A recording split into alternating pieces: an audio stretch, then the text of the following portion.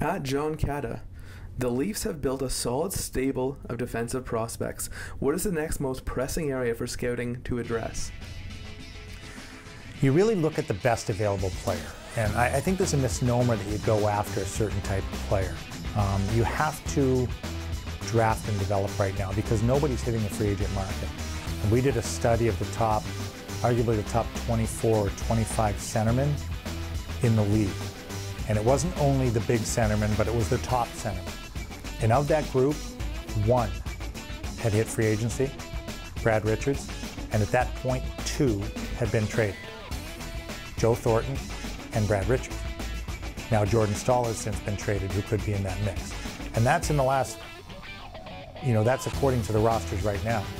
So you have to draft and develop, and we're really trying to develop each and every position. Right now we have 10 centermen on that third page that I talked about. 10 defensemen on that third page I talked about. 4 at the collegiate level, and they mature at different points.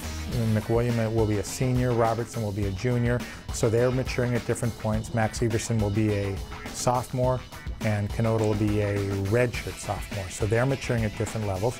3 are in Europe. Petter Granberg could play for the Marlies this year, but we're going to send him back and he's going to play for his Swedish elite team. And Victor Louvre and Thomas Nielsen, both, probably a year or two away from coming to North America. And then you've got the 3 young juniors, Stuart Percy, Morgan Riley, and Matt Finn. And so you've got a nice curve of that group coming. We keep the rosters. It's not necessarily a position that we're looking at, because then we can take one of those players and trade for a position. So rather than say we're going to draft a centerman, we drafted Matt Finn in the second round. Matt Finn we had rated in the first round. We had rated very highly in the first round. He slips to the second round.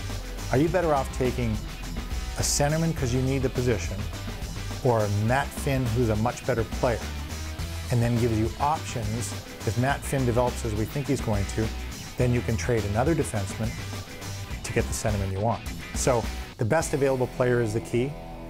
We're always addressing needs. Obviously, we've talked a lot about a #1 center in that big role. They're hard to get.